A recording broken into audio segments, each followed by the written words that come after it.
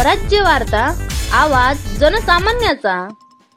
या ठिकाणी केमिकल युक्त अशा प्रकारची जी शेती आपण करून बघितली, त्यातनं काही काळ उत्पादकता वाढली, पण शेवटी जमिनीची जी पोत आहे ती हळूहळू खराब व्हायला लागली, जमिनीची उत्पादन क्षमता खराब व्हायला लागली, उत्पादकता ही कमी कमी व्हायला लागली। अनेक ठिकाणी तर जमिनीची उपजाऊ क्षमताच संपली आणि आता सर्वांच्या लक्षात आलं की आम्हाला पुन्हा नैसर्गिक शेतीकडेच वळावं लागेल। आणि आता विशेषतः आमच्या देशी गायचं शेण, गूळ वगैरे अशा सगळ्या गोष्टी एकत्रित करून या ठिकाणी जे मिश्रण तयार होतं आणि त्याच्या माध्यमातून त्याचा वापर आता शेतीमध्ये ज्यांनी सुरू केला, त्यांच्या असं लक्षात आलं की त्यांचं जे काही उत्पादकता आहे ती उत्पादकता 1.5 पटीनं 2 पटीनं वाढायला लागली। आणि नैसर्गिक शेती हाच उपाय आहे। केमिकल शेतीमुळे रोगही वाढले, कॅन्सर सारख्या रोगाचा प्रादुर्भाव वाढला आणि म्हणून देशामध्ये आणि राज्यामध्ये नैसर्गिक शेतीचं मिशन आपण सुरू केलं। या नैसर्गिक शेतीच्या मिशनमध्ये 25 लाख हेक्टर शेती पहिल्या टप्प्यात आपण या ठिकाणी नैसर्गिक शेतीखाली आणायचं ठरवलं। पण नैसर्गिक शेती जर करायची असेल तर गोमातेच्या संवर्धनाशिवाय आपल्याला ही नैसर्गिक शेती करता येणार नाही। आणि म्हणून मोठ्या प्रमाणात गोमातेचं संवर्धन देखील आज आपण करतो।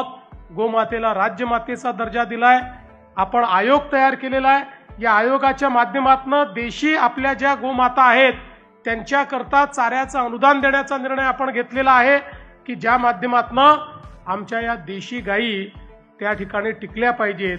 खरं म्हणजे आपला प्रवास उलटा झाला। आपल्या देशी गायी सगळ्यात चांगल्या होत्या, पण आपण होस्टन आणल्या, आपण वेगवेगळ्या प्रकारच्या विदेशी क्रॉसब्रीड या ठिकाणी तयार केल्या आणि आपल्या गिर गाईला, आपल्या थारपारकर गाईला, आपल्या साईवाल गाईला ब्राझील घेऊन गेला आणि ब्राझीलनी आपल्या या देशी गाईचं त्या ठिकाणी संवर्धन केलं। आणि आज आपण पाहतोय की जे 6 सॉर्टेड सिमेन आहे त्याची टेक्नॉलॉजी ब्राझीलवरनं आपल्याला आणावी लागते आणि ते 100% आपल्या देशी गाईचं आहे। आपल्या देशी गाईचं संवर्धन या ठिकाणी करण्याचं काम आज त्या ठिकाणी करण्यात आलेलं आहे। आपल्यालाही आता हे लक्षात आलेलं आहे आणि मला अतिशय आनंद वाटतो की या ठिकाणी सगळ्या देशी गायी मला पाहायला मिळाल्या।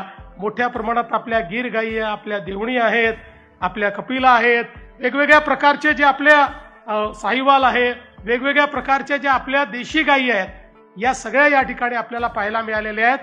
देशी गायींचं संवर्धन करूनच आपण खऱ्या अर्थानं आपल्या शेतीला, शेतकऱ्यांना स्वयंपूर्णतेकडे नेऊ शकतो।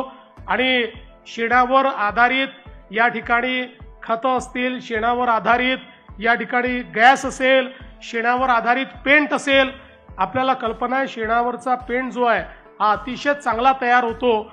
आणि आपण जर कधी आमच्या नितीनजी गडकरी साहेबांकडे दिल्लीला गेलात तर पहिलं काम ते करतात, त्यांच्या घरामध्ये सगळा पेंट शेणाचा त्यांनी लावलेला आहे, तो नेऊन आपल्याला दाखवतात की बघा शेणाचा पेंट किती उत्तम आहे।